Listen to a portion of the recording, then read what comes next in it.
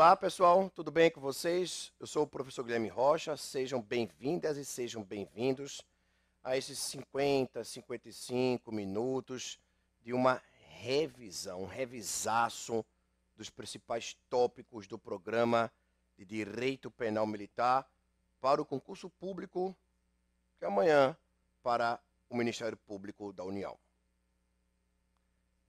55 minutos para essa revisão. E eu vou pontuar aqui os tópicos que realmente têm caído nos concursos públicos para a lista do Ministério Público da União. Pontos estes que também já caíram, por exemplo, em concursos pretéritos para a Defensoria Pública da União e que podem se repetir no certame de amanhã. Em Direito Penal Militar, eu começo a tratar da aplicação da Lei Penal Militar. Então vamos aqui ao material no tocante à aplicação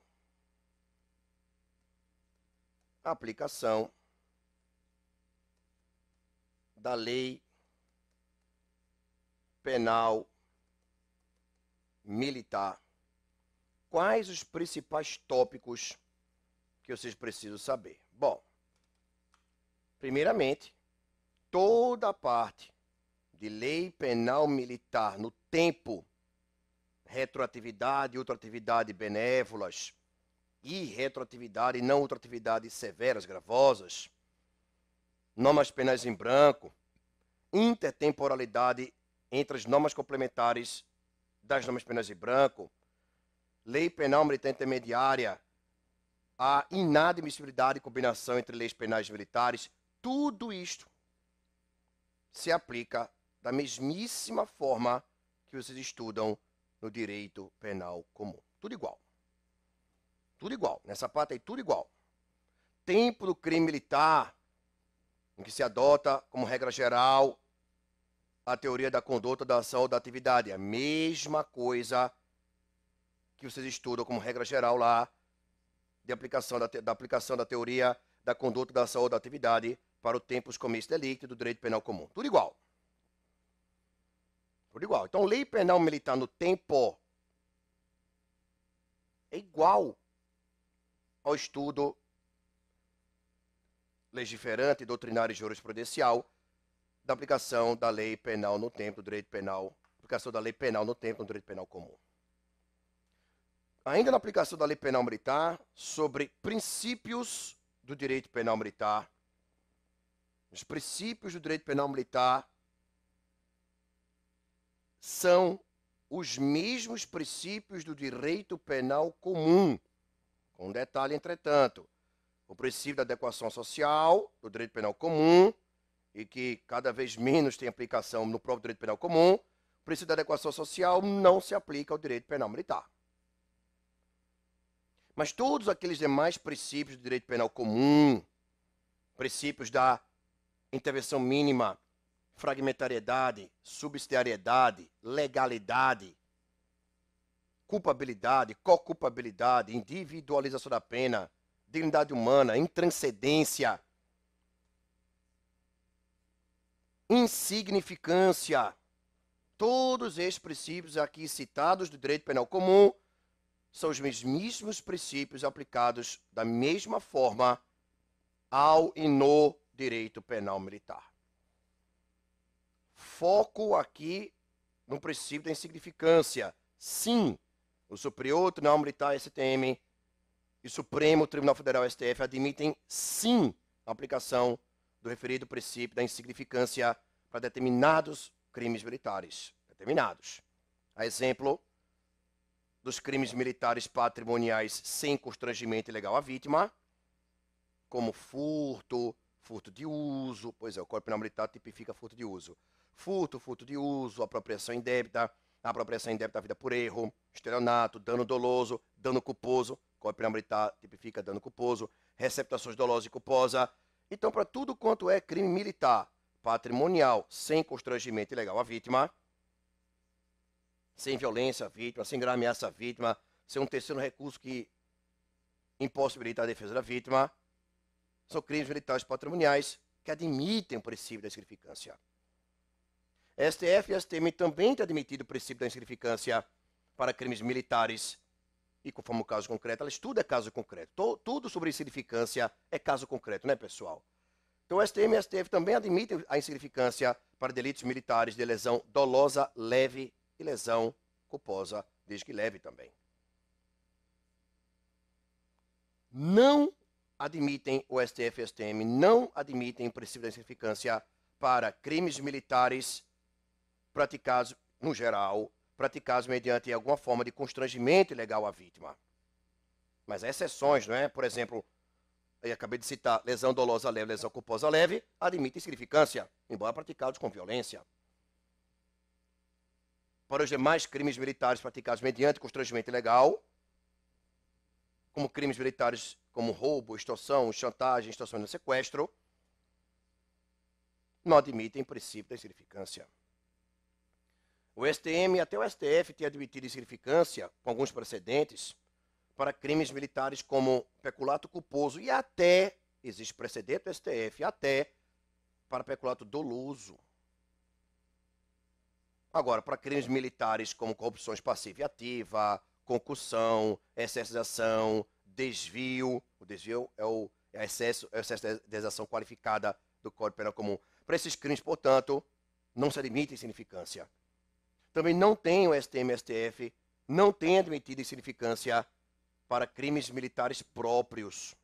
Motim, revolta, deserção, abandono de posto, insubmissão, entre tantos outros crimes militares próprios.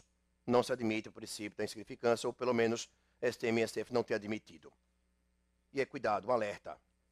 STM e STF também não admitem o princípio da insignificância de forma alguma, seja por traficante, seja por usuário de substância entorpecente, nos crimes do artigo 290 do Código Penal Militar.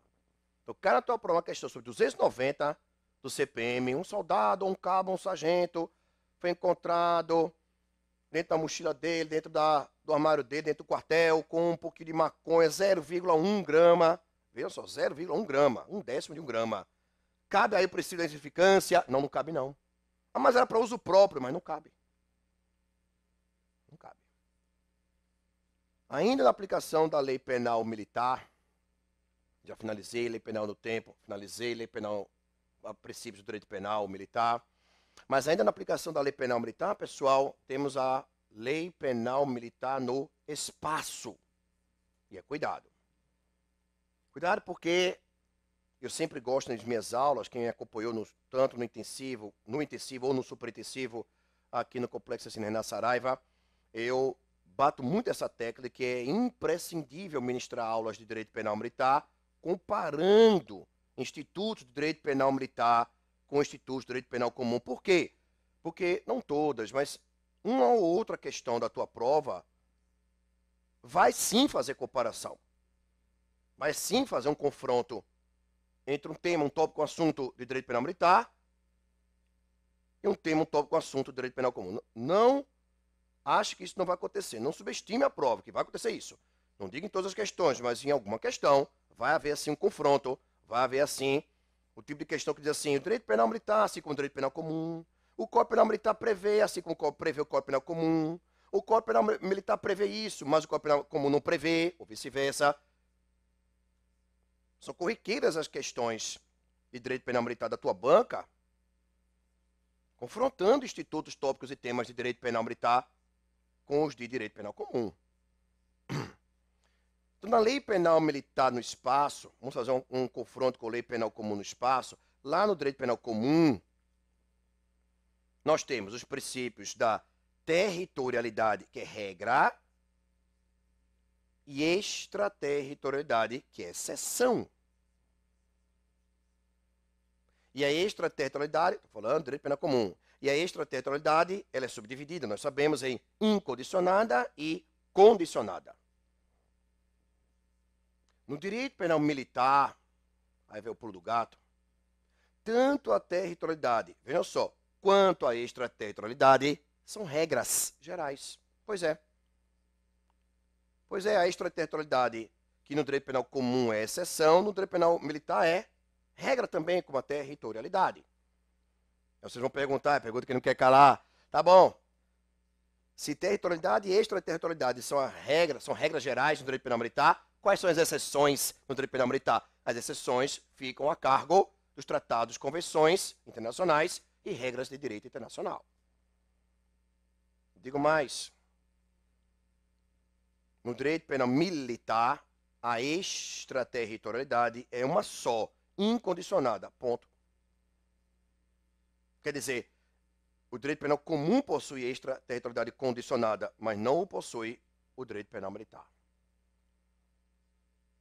Aquilo que se estuda em direito penal comum, sobre princípio ou lei do pavilhão ou da bandeira, lembram?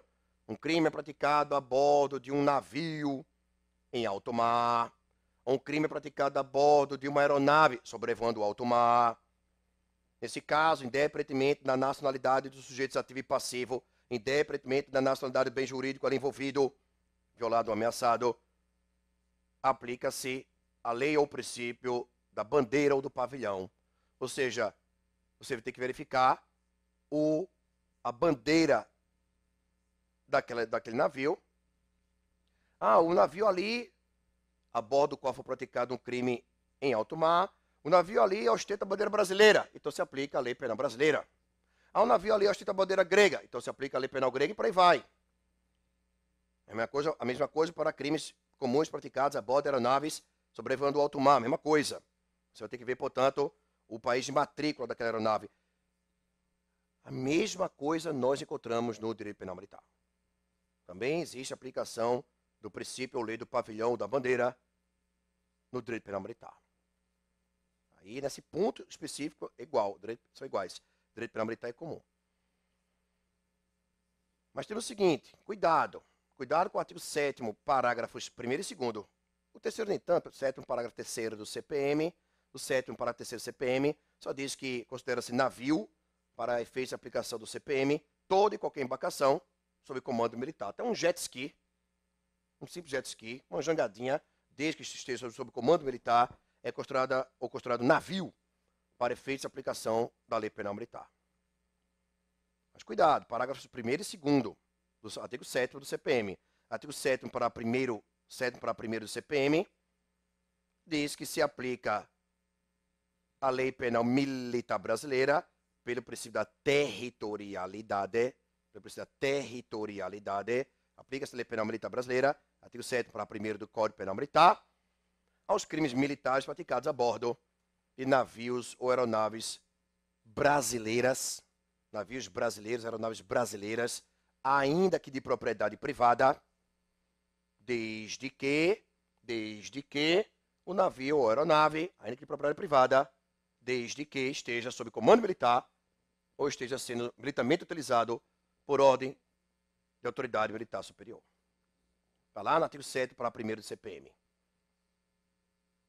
E a fome, digamos assim, do legislador do Código Penal Militar quanto à aplicação da lei penal militar brasileira é enorme essa fome, porque o parágrafo 2º do artigo 7º do CPM ainda diz que também se aplica a lei penal militar brasileira para delitos militares praticados a bordo de navios ou aeronaves estrangeiros. Mas neste caso, o artigo 7, parágrafo 2º do CPM exige 2 requisitos cumulativos. Que o navio ou aeronave, ao tempo da prática do crime militar, esteja em lugar sujeito à administração militar brasileira e, isso é importante, são requisitos cumulativos, e o crime, no caso concreto, venha a atentar contra as instituições militares brasileiras. Ainda na lei penal militar no espaço, locus commissi delicti, lugar do crime militar. Mais uma vez o confronto. Lá no artigo 6º do CP comum, para o lugar do crime comum, locus commissi delicti, adotou-se, nós sabemos, uma teoria só. Teoria da ubiquidade mista ou eclética ou unitária. Teoria da ubiquidade, ou seja, vêm a ser considerados lugares do crime, no artigo 6º, pelo artigo 6º do CP comum. Lugares do crime são tanto os lugares da conduta delituosa, no todo ou em parte, quanto os lugares onde se produziu no todo ou em parte o resultado naturalístico, se tiver havido resultado naturalístico, claro, o que não acontece em crimes, por exemplo, de mera conduta. quanto também são lugares do crime onde o resultado deveria produzir esse resultado. Mas na teoria só, teoria da ubiquidade, ponto, acabou. No Código Penal comum. No Código Penal militar, artigo 6º, são duas teorias. Isso cai muito em concursos. Duas. Para os crimes militares comissivos, ou seja, praticados mediante ação, não é, pessoal? Comissivos, adota-se a mesma teoria da ubiquidade do Código Penal comum. A mesma coisa. Porém, aos crimes militares omissivos, praticados mediante omissão, claro, adota-se outra teoria, a teoria da ação, da conduta ou da atividade. Então, cuidado para um tipo de pergunta que pode cair assim, por exemplo, o Código Penal Militar adotou a teoria da ubiquidade para qualquer crime militar. Para qualquer não. Para qualquer não, porque para os crimes militares omissivos, a teoria não é da ubiquidade, é da ação, da atividade ou da conduta. Cuidado com isso. Ok? Duas teorias para o locus comis delicti do artigo 6º do CPM e uma teoria só para o locus comis delicti do artigo 6º do CP comum. Finaliza essa parte de lei penal militar no espaço, mas ainda sobre a aplicação da lei penal militar, posso dizer a vocês, isso aqui é bem rápido, que tudo que se estuda no direito penal comum sobre fontes do direito penal, fonte material, fonte formal direta, fontes formais indiretas, tudo sobre fontes do direito penal comum também se aplica da mesma forma ao direito penal militar.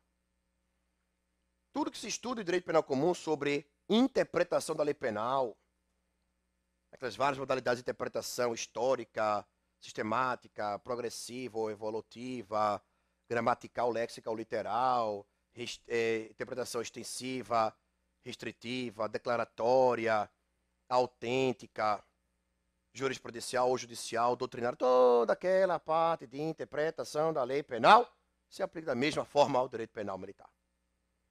Toda aquela parte de analogia em Bonaparte, que é permitida, em Malamparte, que é proibida do direito penal comum, é a mesma coisa também no direito penal militar.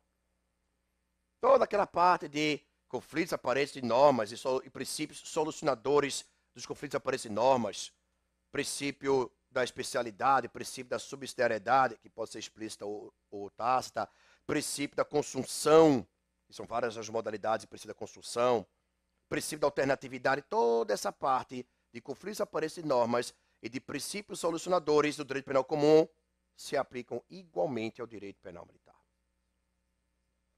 Igualmente.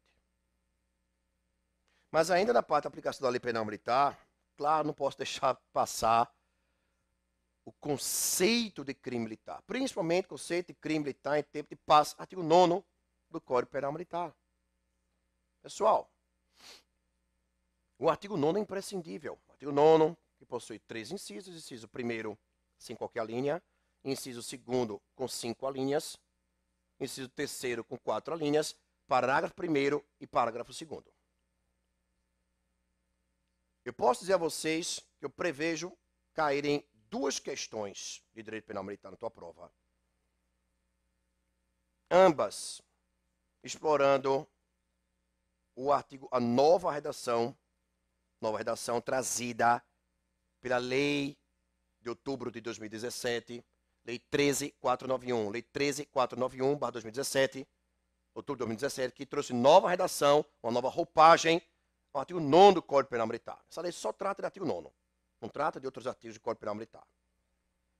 Então, preveja uma questãozinha na tua prova, por menor que seja, explorando a nova redação do artigo 9º, inciso 2º, e a redação dos parágrafos 1º e 2º do artigo 9º. Então, vai cair na tua prova uma questão, assim, prevejo, posso estar errado, claro, mas prevejo, que vai cair na tua prova uma questão em que a questão vai colocar lá um militar da ativa das Forças Armadas, que vai praticar uma conduta delituosa não prevista no Código Penal Militar, uma conduta delituosa prevista na parte especial do Código Penal Comum, mas não prevista no Código Penal Militar, uma conduta delituosa prevista em legislação penal extravagante, mas não prevista no Código Penal Militar. Então vai cair na tua prova uma questão em que o militar da ativa perpetua uma conduta delituosa não prevista no Código Penal Militar. somente prevista na legislação penal comum. E tal militar da ativa, ao tempo dessa conduta delituosa, não prevista no CPM, esse militar da ativa vai estar, naquele momento da conduta, vai estar enquadrado em alguma das cinco alíneas do artigo 9º, inciso 2º do Código Penal Militar.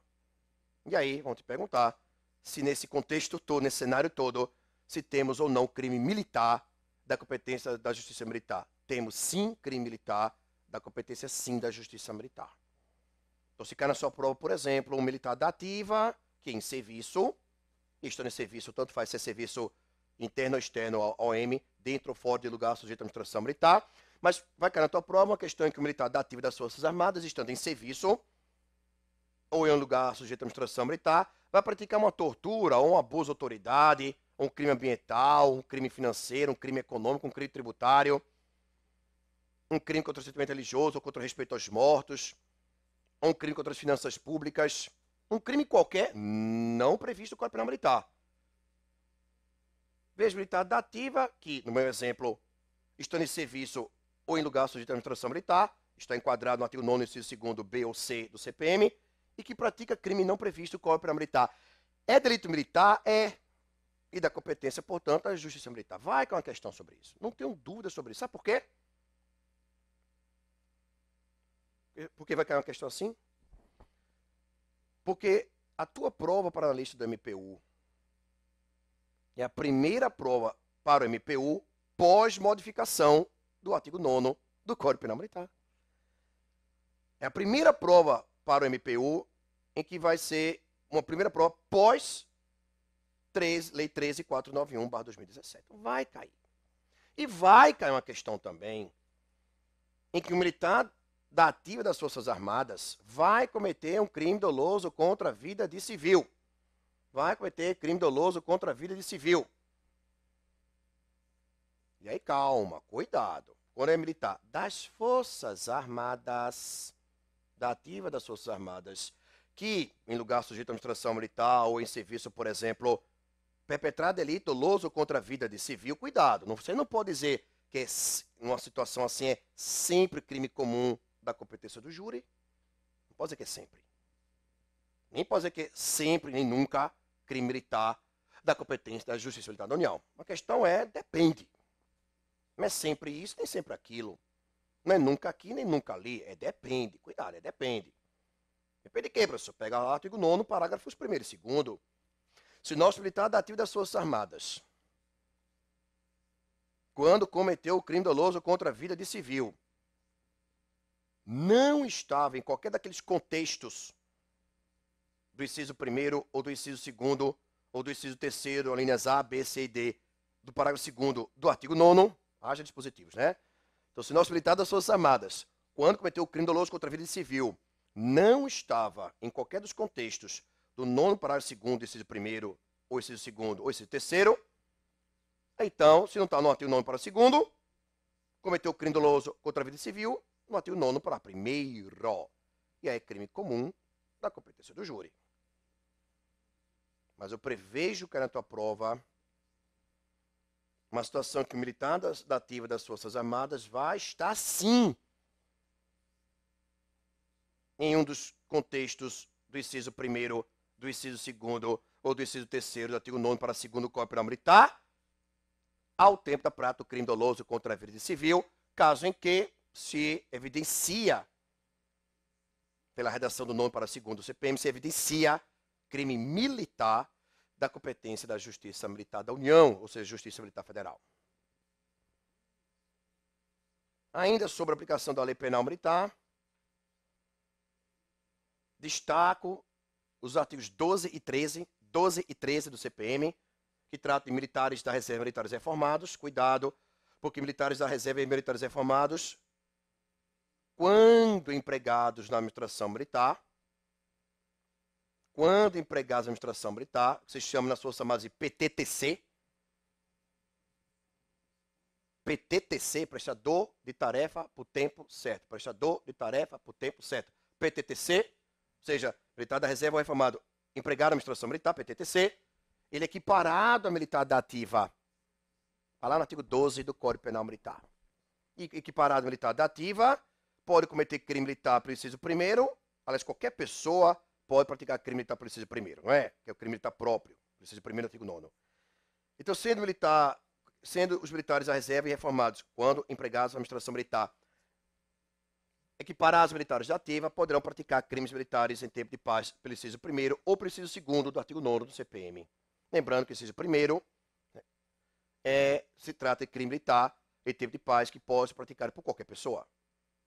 Qualquer pessoa, civil, militar da reserva, militar reformado, militar da ativa. No inciso segundo, o sujeito ativo, no inciso segundo, artigo 9º, é somente militar da ativa, só. E no inciso terceiro, do artigo 9º, o sujeito ativo é qualquer pessoa, exceto militar da ativa.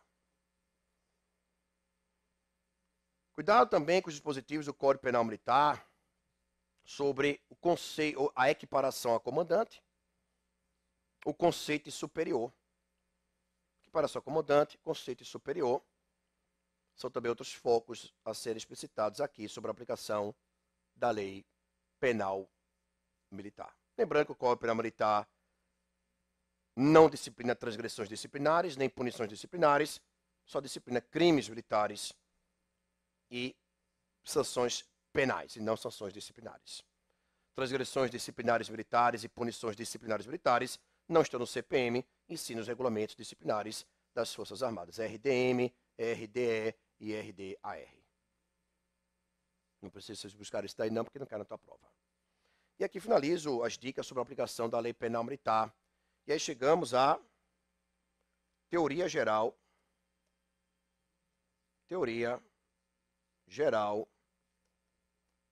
do crime militar. E tantos outros confrontos podem ocorrer na tua prova. Confrontos entre tópicos, temas, assuntos de teoria geral do crime militar, em confronto com temas, tópicos, assuntos, temas de teoria geral do crime do direito penal comum. A teoria geral do crime militar é subdividida em 6 tópicos. Vocês têm o fato típico militar, a antijuridicidade ou ilicitude, a culpabilidade militar, o erro de fato e erro de direito, o intercrimes e o concurso de pessoas ou concurso de agentes. São 6 tópicos. Aí vamos às ótimas notícias. Quem foi meu aluno aqui no intensivo, no superintensivo, sabe que quando eu falo, vamos à ótima notícia, uma ótima notícia, uma boa notícia, significa que já estou na iminência de falar, como agora, de um assunto de direito penal militar que é igual ao assunto homônimo, com o mesmo nome, portanto, do direito penal comum.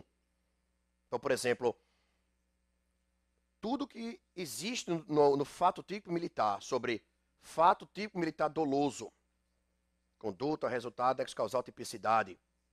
Fato típico militar culposo, conduta, resultado, ex-causal, previsibilidade, tipicidade. Fato típico militar pretérito doloso, conduta dolosa, resultado culposo. Tudo isso, gente, é igual ao estudo do fato típico doloso, fato típico culposo e fato típico pretérito doloso no direito penal comum. Tudo igual. Vocês vão perguntar, professor, o conceito de conduta, as formas de conduta, as hipóteses de exclusão da conduta do direito penal militar. Mesmo conceito de conduta, mesma estrutura da conduta, mesmas espécies de conduta, ação e omissão, omissão própria e imprópria, tudo aquilo que se estuda sobre dolo direto, dolo eventual, culpa consciente e culpa inconsciente, no fato típico militar culposo, é tudo igual entre direito penal militar e comum. Tudo igual. Então, fato típico militar do direito penal, fato típico militar é igual a fato típico do direito penal comum. Tudo igual. Doloso, culposo, pretérito doloso. Ah, mas o nexo causal do direito penal comum, ali se adota a teoria da condicio sine qua non, ou a teoria da equivalência dos antecedentes causais. É a mesma teoria adotada pelo Código Penal Militar. Ah, mas existem situações de garante ou garantidor. Artigo 13, parágrafo 2º, alíneas A, B e C do Código Penal Comum. São as mesmas situações, iguaizinhas. Mesmas situações de garante ou garantidor no artigo 29 do Código Penal Militar. Tudo igual, gente. Tudo igual. Ah, mas professor, mas para ele. O Código Penal Comum, desde 1984, ela adota a teoria finalista da ação. É verdade. E o Código Penal Militar ainda é causalista. É verdade. O Código Penal Militar é causalista. Para quem não sabia. Eu duvido muito que caia uma questão de direito penal militar explorando finalismo e causalismo. Isso é mais cara de questão de direito penal comum. Mas vai que cai? Bom, vai que cai, o Código Penal Militar é causalista. O curioso é que a doutrina, a jurisprudência do direito penal militar brasileiro e todas as decisões da justiça militar brasileira são finalistas. Você pega as decisões do STM e só fala de finalismo, não de causalismo. O Código Penal Militar é causalista. A culpabilidade militar adota a teoria psicológica normativa. Mas a doutrina, a jurisprudência e tudo quanto é decisão judicial da justiça militar, tudo isso são finalistas. Sobre excludência e tipicidade do direito penal militar, são as mesmas excludência e tipicidade do direito penal comum, ressalvado o princípio da adequação social, que eu já falei para vocês que não se adota, não se aplica ao direito penal militar.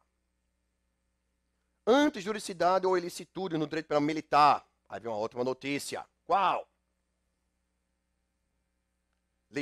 No Código Penal Militar, legítima defesa, artigo 44 do CPM, estrito cumprimento dever legal, exercício real do direito, artigo 42, incisos 3º e 4º, e extralegalmente, que não previsto no CPM, extralegalmente, consentimento ofendido, legítima defesa, estrito cumprimento dever legal, exercício real do direito e consentimento ofendido, no direito penal militar, são os mesmos do direito penal comum. A legítima defesa do direito penal militar, a mesma legítima defesa do direito penal comum, a mesma coisa, também se estabelece essa relação de igualdade de conceito, de estrutura, de efeitos jurídicos nos dois códigos penais, comum e militar, no estrito cumprimento dever legal, exercício do direito, e supralegalmente ou extralegalmente, aí vem doutrina e jurisprudência, do direito penal comum ao tratado de consentimento ofendido e que também se aplica o consentimento ofendido do direito penal militar de forma mais difícil, é mais rara a aplicação do consentimento ofendido no direito penal militar. Rara, mas não impossível. Rara, mas não impossível. A Justiça Militar da União admite o consentimento ofendido em certos casos de crimes militares. Mas eu não acho que vai cair alguma questão de direito penal militar explorando o consentimento ofendido. Mas é possível. Se cair, posso estar errado, né? Se cair, digo que eu acho que não vai cair. Mas se cair, vão preparados porque é possível. Por exemplo, a crime militar de lesão dolosa leve, é possível o consentimento ofendido. E o estado de necessidade justificante? Será que o estado de necessidade justificante previsto no artigo 43 do Código Penal Militar é o mesmo estado de necessidade justificante do artigo 24 do Código Penal Comum? O mesmo não. São muito semelhantes. Na verdade, o estado de necessidade justificante nos dois códigos tem 7 requisitos. 7. Pois dos 7, dentro dos 7, em 6 dos 7, os requisitos são os mesmos. Só há um requisito do estado de necessidade justificante que faz a diferença entre o do Código Penal Militar e o Código Penal Comum. É o requisito da inexigibilidade do sacrifício do bem jurídico ameaçado e que foi tutelado pelo sujeito em estado de necessidade. Lembrando que o Código Penal Comum para o estado de necessidade adotou a teoria unitária, para a qual todo estado de necessidade é justificante, excludente de licitude. E nesse caso, tanto faz se, para proteger um bem jurídico, o agente sacrifica um bem jurídico de igual valor ou de menor valor, em qualquer caso, o estado de necessidade é justificante, excludente de licitude. Uma vida versus uma vida ou uma vida versus patrimônio, em qualquer caso, é justificante no Código Penal Comum. No Código Penal Militar, a teoria é diferenciadora. E por essa teoria diferenciadora adotada pelo Código Penal Militar brasileiro, se o sujeito, para proteger um bem jurídico, bem ou bens jurídicos, venha a violar bem ou bens jurídicos de menor valor, esse é justificante para o Código Penal Militar, artigo 43. Porém, se para proteger algum bem jurídico, a gente sacrifica um bem jurídico de igual valor, ou de maior valor que o bem jurídico tutelado, esse estado de necessidade, nesses dois casos, é exculpante. E aí, curioso. Porque, por exemplo, vida versus vida, no direito penal comum, é justificante. Vida versus vida, no direito penal militar, é exculpante. É exculpante, tá bom? Bem, ainda temos no Código Penal Militar estado de necessidade coativo ou do comandante, do artigo 42, parágrafo único do CPM. Se cair para vocês alguma questão sobre isso, vai cair só a letra da lei, a letra do parágrafo único do artigo 42, letra da lei, não mais do que isso. De mais a mais, sobre excludentes de licitude, os casos de excesso. O Código Penal Comum prevê excessos doloso, culposo, doloso, culposo e acidental. Quase falo preterdoloso. Doloso, culposo e acidental. O Código Penal Militar também prevê excesso doloso, culposo e acidental. São os mesmos. Então, os excessos doloso, culposo e acidental do Código Penal Militar são os mesmos conceitos, estruturas jurídicas, efeitos jurídicos dos excessos doloso, culposo e acidental do Código Penal Comum. Agora, por exemplo, há um dispositivozinho existente no CPM e não previsto no CP comum. O artigo 46. O 46 do CPM traz uma coisa curiosa, que não existe no CP comum. O 46 do CPM diz que, mesmo sendo o caso de excesso doloso, o juiz pode atenuar a pena. Coisa estranha. Estranha que não está previsto no CP comum. Agora, e o excesso excusável? Pois é, o excesso excusável, que está previsto no 45, parágrafo único do CPM, e não está previsto no Código Penal Comum.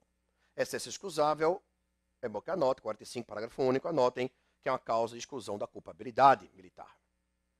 Então, dê uma lida no 45, parágrafo único, tá bom? Muito bem. Que é uma causa legal de exclusão da culpabilidade militar e que não está prevista lá no Código Penal Comum. Prosperando a teoria geral do crime militar, culpabilidade militar. Aquilo que vocês estudam em direito penal comum sobre imputabilidade, semi-imputabilidade e inimputabilidade, tudo aquilo é igualzinho no direito penal militar. Detalhe, os artigos 51 e 52, anotem, 51 e 52 do CPM não foram recepcionados pelo artigo 228 da Constituição Federal. Por que não? Porque os artigos 51 e 52, violando-se o 228 da Carta Política de 88, tratam de uma imputabilidade penal militar para adolescentes com entre 16 e 18 anos de idade, para pessoas com mais de 16 e menos de 18 anos, ou seja, para pessoas que têm 16 ou 17 anos de idade, que eventualmente serão imputáveis segundo os artigos 51 e 52 do CPM. Enfim, esqueça os artigos 51 e 52, porque não foram recepcionados pelo artigo 228 da Constituição Federal, de sorte que, assim como acontece no direito penal comum, também no direito penal militar, os menores de 18 anos de idade são penalmente inimputáveis, a eles não se aplicando o Código Penal Militar, nem o Código de Processo Penal Militar, e sim o ECA, Estatuto da Criança e do Adolescente. Então, fica na sua prova que um menor de 18 anos invadiu um quartel pulando um muro, por exemplo, incorrendo em ato infracional correspondente ao crime militar próprio de ingresso clandestino, artigo 302 do CPM, esse menor de 18 anos não vai ser punido na Justiça Militar da União, não vai ser punido de acordo com o Código Penal Militar, será, portanto, representado pelo Ministério Público Estadual na Vara de Infância e Juventude e para a prática de ato infracional e vai ter lá a sua medida socioeducativa. Tudo de acordo com o ECA. Tudo de acordo com o ECA. Então, essa parte de inimputabilidade, semi-imputabilidade e imputabilidade, inimputabilidade e semi-imputabilidade penais no Código Penal Militar são idênticas, esses tópicos são idênticos aos homônimos do direito penal comum. Agora, por exemplo, o Código Penal Militar não prevê que emoção, paixão e ebriezes voluntária e culposa não excluem imputabilidade penal. Essa previsão de que emoção, paixão e ebriezes voluntária e culposa não excluem imputabilidade penal, essa previsão existe expressamente, na verdade, nos incisos 1º e 2º do artigo 28 do CP comum. Mas tal previsão não existe no Código Penal Militar. De toda sorte, doutrina, jurisprudência e bancas de concursos públicos admitem numa boa, de forma muito tranquila e serena, que, assim como acontece no direito penal comum, outro sim no direito penal militar, emoção e paixão e ebriezes voluntária e culposa não excluem imputabilidade penal. Na parte referente ainda na culpabilidade militar, na parte referente à coação moral irresistível à obediência hierárquica, A coação moral irresistível do Código Penal Militar é a mesmíssima coação moral irresistível do direito penal comum. A mesma coisa. Com um detalhe. A mesma coisa com um detalhe, né, professor? Como assim, professor? Mesma coisa, mas com um detalhe. O conceito é o mesmo, a estrutura é a mesma e a consequência jurídica é a mesma. Exclusão de culpabilidade, isenção de pena. Mesma coisa. O detalhe é que, e esse detalhe cai muito em concursos, é que para os crimes militares contra o dever militar, para os crimes militares onde há violação ao dever militar, como é o caso, por exemplo, da deserção, não pode ser alegada nem aplicada a tese de coação moral irresistível nem de erro de direito. Então, erro de direito, mesmo excusável, erro de direito e coação moral irresistível, erro de direito e coação moral irresistível não podem ser alegados e não podem ser aplicados a crimes militares contra o dever militar. Para os demais crimes militares, os que não são contra o dever militar, cabe coação moral irresistível e cabe a alegação também de erro de direito. Excusável, eventualmente. Ok? Obediência hierárquica do Código Penal Militar. Bom, aí já há uma divergência doutrinária sobre se a obediência hierárquica do Código Penal Militar é exatamente a mesma do Código Penal Comum, mas eu duvido muito que é uma questão para vocês que venha explorar a distinção entre a obediência hierárquica do Código Penal Militar e aquela do Código Penal Comum. Porque se as bancas fizer isso, vão chover recursos administrativos. Vão chover recursos. Que há uma divergência doutrinária. Há quem diga que é a mesma coisa. As duas obediências hierárquicas aqui e ali são a mesma coisa. E há quem diga que não é a mesma coisa, não. Até porque, convenhamos, né, o Código Penal Comum diz que entre os requisitos da obediência hierárquica está que a ordem não pode ser manifestamente ilegal. E o Código Penal Militar diz que a obediência hierárquica não pode ter uma ordem manifestamente criminosa. A ordem não pode ser manifestamente criminosa na obediência hierárquica do Código Penal Militar. A ordem não pode ser manifestamente ilegal no Código Penal Comum. Professor, não é a mesma coisa não, não é a mesma coisa não. Mas deixa para lá, porque já é um assunto de divergência doutrinária, tem um aprofundamento maior que eu creio não cair na tua prova. E mais a mais, a obediência hierárquica do Código Penal Militar tem os mesmos efeitos jurídicos, é a mesma natureza jurídica da obediência hierárquica do Código Penal Comum. Excludente de culpabilidade. Mesmo efeito jurídico, isenção de pena. Cuidado com excesso excusável, que é uma outra causa excludente de culpabilidade, e eu já falei agora há pouco, artigo 45, parágrafo único. Cuidado, outro sim, com o estado de necessidade exculpante do artigo 39 do CPM. Aí vocês vão perguntar qual a diferença entre o estado de necessidade justificante do Código Penal Militar, artigo 43, e o estado de necessidade exculpante do 39 do CPM. Então, 43 versus 39 do CPM. Justificante versus exculpante. Quais as distinções? Bom, o justificante, como o próprio nome diz, exclui a ilicitude. O exculpante, como o próprio nome indica, exclui a culpabilidade militar. No justificante, o estado de necessidade justificante do Código Penal Militar não pode ser praticado por aquele que tem o dever legal de enfrentar o perigo. Então, não pode alegar esta necessidade quem tem o dever legal de enfrentar o perigo. Mas, no estado de necessidade exculpante, não há essa restrição. Então, em tese, mesmo aquele que tem o dever legal de enfrentar o perigo, pode eventualmente alegar esta necessidade exculpante. Alegar e ter isso reconhecido a seu favor. E mais, aquela questão da ponderação dos bens jurídicos, no estado de necessidade justificante do Código Penal Militar, o bem jurídico sacrificado tem que ser de menor relevância que o bem jurídico salvaguardado. No estado de necessidade exculpante, o bem jurídico sacrificado tem que ser de igual valor ou maior valor que o bem jurídico tutelado. E mais, tanto no justificante quanto no exculpante, o sujeito ativo pode praticar o justificante ou exculpante para proteger bem jurídico seu ou de outrem, não é? Seu ou de terceiro. No estado de necessidade justificante, o terceiro é qualquer pessoa. Qualquer pessoa, mesmo uma pessoa estranha. A terceira pessoa em favor de quem é perpetrado está necessidade desculpante, não é qualquer terceira pessoa. Só pode ser uma pessoa a quem o agente está ligado por estreitas relações de parentesco ou de afinidade. Está lá escrito no artigo 39 do Código Penal Militar. Lá escrito. Passando adiante da culpabilidade militar, chegando agora a erro de fato e erro de direito, ótima notícia. tudo que se estuda, tudo que há no Código Penal Militar, tudo, sobre erro de fato essencial, artigo 36, segue em tudo o erro de tipo essencial do artigo 20 caput do Código Penal Comum. Tudo igual. Igual, igual, igual. Tudo que se estuda sobre erro de tipo acidental no Código Penal Militar, artigo 37, erro in persona, aberratio ictus, aberratio delicti, tudo é igual às hipóteses de erro de tipo acidental do Código Penal Comum, artigo 20, parágrafo 3º, artigo 73, artigo 74 do Código Penal Comum. Tudo igual. Tudo que se estuda no direito penal comum sobre erro de tipo permissivo, excusável e não excusável, tem aquela divergência doutrinária toda, não é? Do artigo 20 para 1º do Código Penal Comum, tudo é igual ao erro de fato permissivo do mesmo 36 do CPM.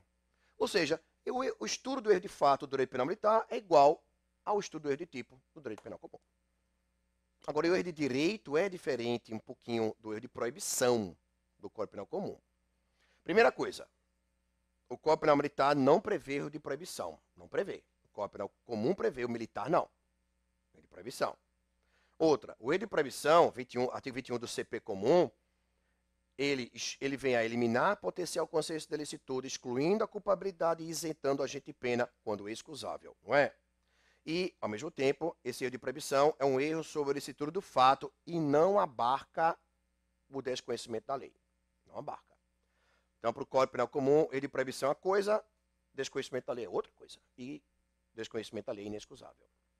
No Código Penal Militar, o erro de direito tanto abrange o erro sobre a licitude do fato, quanto abrange o desconhecimento da lei. Pois é, o desconhecimento da lei não é abrangido pelo erro de proibição, mas o é pelo erro de direito.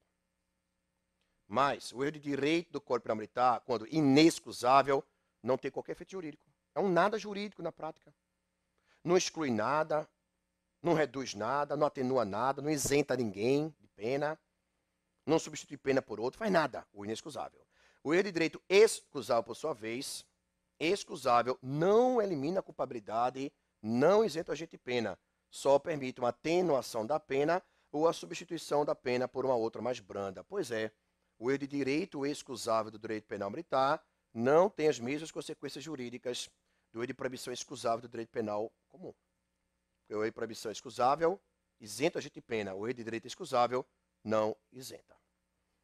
Relembrando que para os crimes onde há violação do dever militar, não pode ser alegado o erro de direito. Prosperando na teoria geral do crime militar, iter criminis. Praticamente tudo que se estuda na legislação e doutrina e jurisprudência do iter criminis, do direito penal comum, quase tudo, praticamente tudo, quase tudo, é igual no direito penal militar. A diferença é uma só. É que quanto lá no direito penal comum, artigo 14, parágrafo único do Código Penal Comum, tem lá dito que, ressalvados os crimes de atentado, toda vez que houver um crime comum tentado, o juiz obrigatoriamente tem que reduzir a pena de 1/3 a 2/3, mesmo em crimes tentados de excepcional gravidade, tem que haver redução de pena. No Código Penal Militar, por outro lado, artigo 30, parágrafo único, está dito lá que em crimes militares tentados de excepcional gravidade, pode acontecer, não é que vai acontecer, mas pode acontecer, de o juízo castrense diminuir a pena ou não. Pois é. Digamos, eu sempre gosto de citar esse exemplo em sala de aula, um crime militar de tentativa de homicídio em que a vítima, por ser tentado o crime, a vítima não morreu. Não morreu a vítima, mas ficou tetraplégica para o resto da vida. É um crime militar tentado? É. A morte da vítima não ocorreu por circunstâncias alheias ao do agente, mas é de excepcional gravidade. E, neste caso, pode acontecer de o juízo castrense reduzir a pena de 1/3 a 2/3, como manda o figurino lá do 30, parágrafo único do CPM. Mas pode dizer, não, o crime aqui é de excepcional gravidade, não vou reduzir a pena, não. Vou deixar a mesma pena do crime consumado. Pronto, ponto de distinção entre o intercrimes do CPM e o do CP comum é este. Concurso de pessoas ou de agentes. Praticamente tudo igual entre Código Penal Comum e Código Penal Militar no tocante a concurso de pessoas. Praticamente igual. Autoria, coautoria, participação de menor importância, ou seja, participação estrito senso, crimes monossubjetivos, plurissubjetivos, teorias monistas, dualista, pluralista, requisitos da coautoria, incomunicabilidade das circunstâncias e condições de caráter pessoal do agente, comunicabilidade das elementares de caráter pessoal do agente, praticamente a mesma coisa entre Código Penal Militar e Comum. Agora, por exemplo, o Código Penal Comum prevê um instituto que não está previsto no Código Penal Militar. Qual? Aquele instituto da cooperação dolosamente distinta, do artigo 29, parágrafo 2º do CP Comum. Aquilo está previsto no CP Comum, artigo 29, parágrafo 2º, mas não está previsto no CPM. Na prática, sabem vocês que na prática, os juízos castrenses reconhecem a cooperação dolosamente distinta em crimes militares, pegando emprestado o 29, parágrafo 2º do CP Comum. Mas não está previsto isso no CPM, tá bom? Não está previsto. Aí o CPM dá o troco. O CPM diz, então tá, o CPM tem um instituto que você, Código Penal Comum, não tem. Qual é? O Instituto dos Cabeças. E, gente, se cair na sua prova alguma questão de direito penal militar focando concurso de pessoas em crimes militares, eu apostaria 90% das minhas fichas nos cabeças. Parágrafos 4º e 5º do artigo 53 do CPM. Vai cair na tua prova como? Como é que cai na tua prova? Um crime militar plurissubjetivo, ou seja, de concurso necessário, ou seja, na linguagem do CPM, crime de autoria coletiva necessária. Crime militar plurissubjetivo. Que é crime militar que só pode ser praticado por uma pluralidade de agentes, como é o caso de motim, revolta, organização de grupo para a prática de violência, conspiração, conceito para deserção, amotinamento. São crimes militares de autoria coletiva necessária, ou seja, plurissubjetivos. E vai cair ainda nessa questão que esse crime aí plurissubjetivo, ele vai ter o envolvimento de praças e de algum oficial. Praças e pelo menos um oficial. Pelo 53, parágrafo 5º do CPM, 53, parágrafo 5º do CPM, pessoal, o oficial, pelo só fato de ser oficial envolvido, mesmo que seja um oficial que recebe ordens de uma praça, digamos que de fato, quem dá as ordens ali seja um cabo.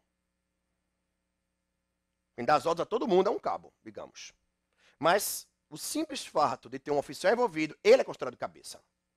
Há um questionamento doutrinário, que espero que não caia na tua prova, porque há uma divergênciazinha, que questionamento é o seguinte. Tá, o oficial, só pelo fato de ser oficial, é cabeça. Tá, ele é cabeça. Mas aqueles que de fato lideram também são cabeças? Ou só o oficial envolvido é cabeça? E os que lideram de fato, sendo praças, não são cabeças? Há esta divergênciazinha. Tá certo? Mas o oficial com certeza é considerado cabeça. Encerrada a parte de teoria geral do crime militar, chegamos à teoria geral da pena. Na teoria geral da pena, que eu mais cito a vocês é o seguinte. Primeiro, sobre as penas principais, o que mais tem caído nos concursos públicos. Em questões de direito penal militar, que focam em penas principais, que mais tem caído em concursos públicos, com certeza disparadamente, são as penas privativas de liberdade. Não é tanto a pena de morte, que só serve para certos crimes militares de guerra, nem tanto para impedimento, nem tanto para suspensão de pós-graduação, cargo ou função, nem tanto para pena de reforma. São as penas privativas de liberdade que recebem um foco maior nas questões de concursos públicos. Mais ainda o seguinte, lá vão as dicas. Mais tem caído sobre penas principais é o seguinte. Onde o condenado a uma pena privativa de liberdade pela justiça militar, onde o condenado a pena privativa de liberdade pela justiça militar, seja esse condenado um oficial da ativa da reserva ou reformado, seja praça da ativa da reserva reformado, seja civil, onde o condenado vai cumprir a pena privativa de liberdade. Isso vai cair na tua prova. E tome artigos 59, 60, 61 e 62 do CPM. 59 a 62 do CPM. Onde o sujeito vai cumprir a pena privativa de liberdade, é indispensável que vocês estudem isso. Lembra que para civis, em tempo de paz, o lugar é um só. O lugar onde o civil, em tempo de paz, vai cumprir pena privativa de liberdade é um só. Qual? Estabelecimento penal comum, que na linguagem do Código Penal Militar é estabelecimento penal civil. Ou seja, conforme o caso, penitenciária comum. Não é penitenciária militar, não. Penitenciária comum, ou colônia agrícola e industrial similar, ou caso albergado. Exatamente de acordo com a lei de execução penal e Código Penal comum. Agora, se o condenado for militar, das Forças Armadas, há o que distinguir se vai ser em recinto de unidade militar, em estabelecimento penal militar ou em penitenciária militar. Ainda sobre penas privadas de liberdade, cuidado. Dê uma lidinha no SURSI, suspensão condicional da pena. Pelo menos dois artigos. 84 e 88. 84 e 88. O 84 diz os requisitos do SURSI, do Código Penal Militar. Lembrando que o Código Penal Militar só tem um SURSI. O Código Penal comum é cheio de SURSI. O Código Penal comum tem SURSI comum, geral ou genérico. O Código Penal comum tem SURSI específico ou especial. E ainda tem o Código Penal comum, o SURSI etário ou humanitário. São 3 espécies de SURSI no Código Penal comum. O Código Penal Militar tem um só. Outra. O período de prova do SURSI do Código Penal Militar é diferente daquele do Código Penal comum. O período de prova do SURSI no Código Penal Militar é de 2 a 6 anos. O artigo 88 do CPM, que é muito em concursos, 88 do CPM, diz quais são os crimes para os quais não se admite SURSI, mesmo que a pena privativa de liberdade aplicada não supere 2 anos. O 88 deu uma lida boa. O 88 tem caído muito em concurso. Então, 84 e 88 do CPM são os principais artigos do CPM sobre SURSI. Sobre penas acessórias previstas no CPM, foco maior, não único, mas foco maior nas 4 primeiras que aparecem no CPM.